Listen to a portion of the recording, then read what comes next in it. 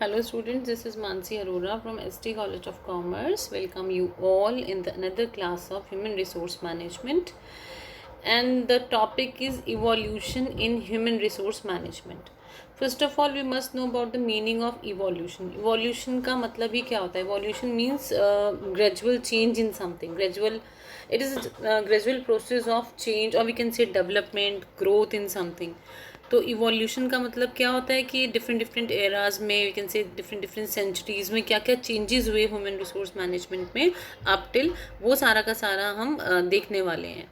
Evolution of HRM. Although it is not an interesting topic, I know this thing, but still ये part भी हमें करना ही है. तो पहले हम 1917-18 का देखते हैं. ये क्या था? फर्स्ट फॉर्मल पर्सनल डेवलपमेंट जब क्रिएट किया गया डील करने के लिए टाइट लेबर मार्केट्स को, high turnover, waste and inefficiency को, जो वाइड स्प्रेड स्ट्राइक्स थी, यूनियन ग्रोथ थी, ठीक है, गवर्नमेंट जो इंटरवेंशन टर्नओवर्स के लिए. 1920s में HR use to win workers cooperation through किस चीज़ के थ्रू? जॉब सिक्योरिटी बेनिफिट्स के थ्रू. 30s 50s में ये अभी हम रिकैप देख रहे हैं, इसका हम फिर इलेबरेट करके भी इन सबको पढ़ेंगे. अभी ह्यूमन रिलेशंस रिकॉग्नाइज किए गए दैट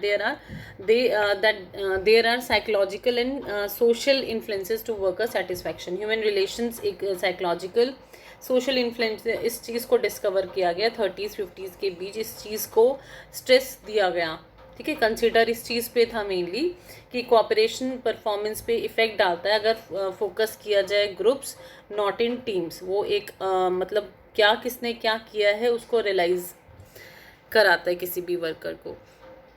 नेक्स्ट आता है हमारा 60s में वर्क डिज़ाइन किया गया रादर देन कम्युनिकेशन, ठीक है. तो कोऑपरेशन इन ग्रुप्स मेनली कंसर्न क्या था? अब ग्रुप अगर ग्रुप्स को कोऑपरेशन इन ग्रुप्स में बनाया जाए is the key to increase workers motivation. Small work group design led to greater employee efforts. अपने एफर्ट्स मैक्सिमम देता है क्योंकि उसको सेल्फ एक्चुअलाइजेशन का जो एक अपॉर्चुनिटी होती है उसको कुछ करने की, उसने कितना किया है, जब उसको पता चलता है उसकी क्वालिटी क्या है वर्क की, तो उसका वर्क ऑलरेडी अपने आप ही इंटरेस्टिंग और फुलफिलिंग हो जाता है, ठीक है. 70s में क्वालिटी वर्क QWL, ठीक है, क्वालिटी ऑफ वर्क लाइफ, कैसा वर्क किया गया उस पर एम्फेसिस था ह्यूमन रिसोर्स का. और यहाँ पे personal management becomes human resource 60s में. और अभी मैनेजमेंट और इसमें आगे जुड़ गया human resource management, HR becomes human resource management. 90s जो प्रेजेंट एरा जो प्रेजेंटली अभी जो मतलब कंटिन्यूइंग है, अभी भी ये डेवलप कर रहा है, अभी भी ये डेवलप उसमें है, फेज में डेवलप करता जाता है, ठीक है. ग्रोथ पर है अपना human resource.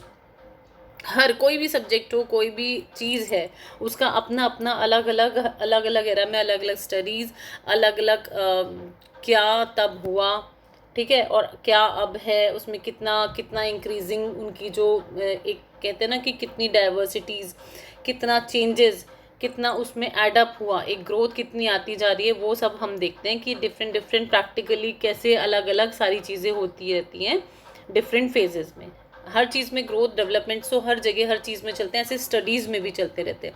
Human resource studies है उसमें भी. यहाँ पे टोटल क्वांटिटी TQM है, टोटल क्वांटिटी मैनेजमेंट, ठीक है. री इंजीनियरिंग, ग्लोबलाइजेशन सबसे इम्पोर्टेंट है प्रेजेंट एरा में. स्ट्रैटेजिक जो HR है, new technologies, diversity, contingency models, holistic approaches to HR. और HRM मॉडल इंक्लूड किया गया हाई इन्वॉल्वमेंट के साथ, हाई कमिटमेंट के साथ, हाई परफॉर्मेंस वर्क सिस्टम के साथ, इनोवेशन वर्क प्रैक्टिसेस. और HR क्या हो गया? Becomes HRM. वहाँ पे personal management becomes HR and now 90s में HR becomes human resource management. तो अगर हम बात करें इवोल्यूशन की, इवोल्यूशन ऑफ HRM, तो over the period of time is important for understanding. जो फिलॉसफी है, फंक्शंस हैं, प्रैक्टिसेस हैं ह्यूमन रिसोर्स मैनेजमेंट के, उनको फॉलो किया जाता है डिफरेंट सिचुएशन में. जो रिलेटिव ह्यूमन रिसोर्स प्रैक्टिसेस हैं जो इवॉल्व हैं प्रेजेंट सिचुएशंस में, उसको समझने के लिए ह्यूमन रिसोर्स मैनेजमेंट एक रीसेंट टर्म है.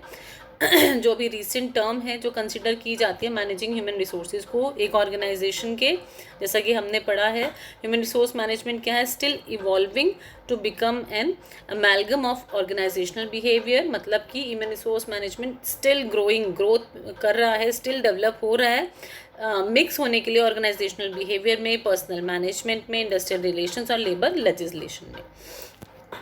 अब हमारा टॉपिक स्टार्ट होता है, अब हम इसको थोड़ा सा डीप में पढ़ते हैं। Evolution of human resource management from 19th century till recent times, different eras of human resource management. इसमें हम डिफरेंट एराज की बात करेंगे ऑफ ह्यूमन रिसोर्स मैनेजमेंट के। तो सबसे पहले जो हमारा आता है identification of evolution of HRM over the period of time is important for understanding the philosophy।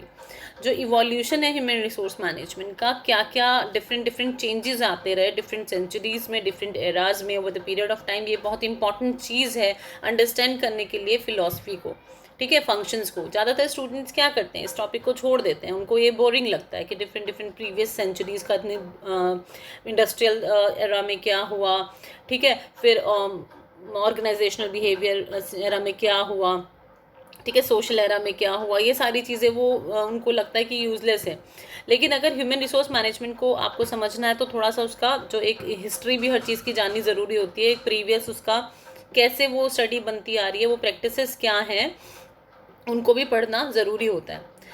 And I know this thing that this is not a very important topic from the point of view of your examination. Although it is not a very important topic, ऐसे कोई questions नहीं आते अलग से कि भाई evolution, what is the evolution of HRM, बहुत least important topic है, लेकिन topics तो सारे कोई भी कुछ भी आ सकता है। Still we should know about all these things, पढ़ना आपको है ये भी topic, ठीक है। स्टूडेंट ज़्यादातर छोड़ देते हैं, और लेकिन ऐसा नहीं है कि ये कभी भी नहीं आया क्वेश्चन, आ भी सकता है, बट ये चीज़ तो आपको पता ही होता है कि पढ़ना सब कुछ है, all topics you have to learn. तो इसमें क्या हम लोग पढ़ रहे थे, डिफरेंट सिचुएशंस में जो रिलेट करता है डिफरेंट HRM प्रैक्टिसेस को। तो कुछ सीरियस थॉट्स हैं जो अप्लाई किए गए हैं towards effective utilisation of labour force in industrial organisations after the industrial revolution that started in 19th century. सबसे पहला हमारा था इंडस्ट्रियल रिवॉल्यूशन, ठीक है, जो स्टार्ट हुआ 19th सेंचुरी में। उसके बाद इतने सारे चेंजेस हुए हैं हमारे जो ये ह्यूमन रिसोर्स मैनेजमेंट है, वो चेंजेस क्या क्या हैं, डिफरेंट एराज क्या क्या हैं, वो हम इसमें कवर करेंगे सब कुछ। Now from industrial revolution era to the present era, various stages to development of management of human resource practices में बी क्लासिफाइड एज अंडर। देखो, पहला industrial revolution era 19th century, फिर ट्रेड यूनियन मूवमेंट एरा, जब industrial revolution में बिल्कुल समझा गया, मतलब उसको उसमें वर्क पे मोर कंसंट्रेशन था, मशीनरी वगैरह का मेन एरा था ये, मशीनरी कैसे हमें मोर एंड मोर वर्क करना है, सेंट्रलाइज करना जगह को, तो वो उस एरा में जब ज़्यादा से ज़्यादा वर्कर से काम लिया जाता था, तो फिर ट्रेड यूनियन मूवमेंट भी स्टार्ट हो गया, ठीक है, विद इंडस्ट्रियल रिवॉल्यूशन एरा। उनको लगा कि भाई उनके साथ जो जो होना चाहिए, उन्हें जो जो बेनिफिट्स मिलने चाहिए, उनके साथ क्या क्या गलत हो रहा है, उस पर मेन कंसंट्रेशन दिया एम्प्लॉयज़ ने भी। तो फिर ये ट्रेड यूनियन मूवमेंट एरा आया। उसके बाद सोशल रिस्पॉन्सिबिलिटी एरा, इसमें लगा जो हमारे जो एम्प्लॉयर्स थे उनको लगा, जब ट्रेड यूनियन ज़्यादा हावी होने लगा, कि सोशल रिस्पॉन्सिबिलिटी के थ्रू भी चीज़ों को कराया जा सकता है, या एक कह लो कि उनको मतलब उनके ऊपर बहुत ज़्यादा प्रेशर पड़ने लगा ट्रेड यूनियन का। तो उन्होंने सोशल रिस्पॉन्सिबिलिटी से मतलब कि अकॉर्डिंग टू द कि बेनिफिट्स ऑफ द वर्कर्स वो लोग उसको काम को कराने लगे। फिर साइंटिफिक मैनेजमेंट एरा आया 1900 to 20s में। फिर ह्यूमन रिलेशंस एरा, ये हमारा 50s में और 60s के बीच। सिस्टम एंड कंटिजेंसी अप्रोच आई, ठीक है, 60 ऑनवर्ड्स। फिर ह्यूमन रिसोर्स मैनेजमेंट एरा जो अभी 80s में ऑनवर्ड्स अभी और प्रेजेंटली जो गोइंग ऑन है, ठीक है। ये सारे के सारे हमारे जो हमें प्रैक्टिसेस हैं ह्यूमन रिसोर्स की, वो सारी की सारी जो हमें यहाँ पे क्लासीफाई की गई हैं डिफरेंट सेंचुरीज़ में, जो मतलब डिफरेंट ईयर्स में इन बिटवीन दैट, वो हमें पढ़ना है to understand the evolution of human resource management. तो ये जो हमारा है इसकी जो अभी डिफरेंट, जैसे इंडस्ट्रियल रिवॉल्यूशन एरा, उसमें उसके फीचर्स क्या हैं, उसमें क्या क्या हुआ, ये सारे के सारे हम अपनी नेक्स्ट वीडियो में डिस्कस करेंगे. तो we'll continue this in our next video. This is all for today, students. Good day.